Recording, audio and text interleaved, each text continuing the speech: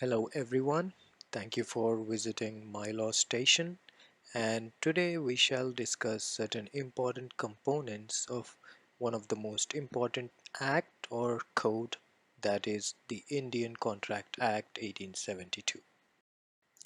Let's quickly dive into a few important concepts, that means basic definitions under Indian Contract Act. So what are the essential elements of a contract?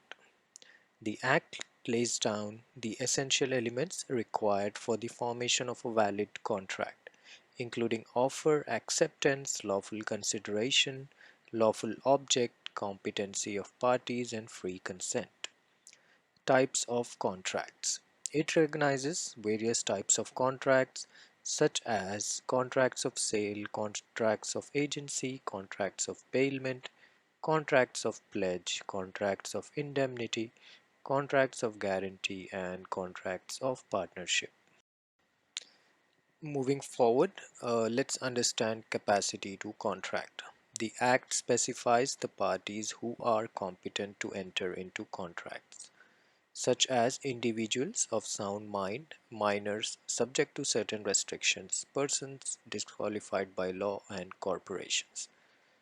Void and voidable contracts. One of the important element of this act, or one of the important part of this act, the act distinguishes between void contracts, those lacking essential elements or prohibited by law, and voidable contracts, those entered into under coercion, undue influence, fraud, or misrepresentation, which are capable of being ratified or rescinded.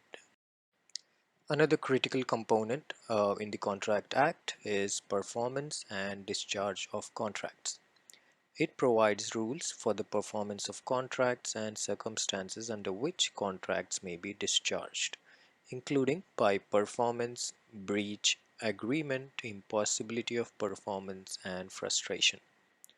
Remedies for breach of contract. The Act outlines various remedies available to parties in case of breach of contract, such as damages, specific performance, injunction, and quantum.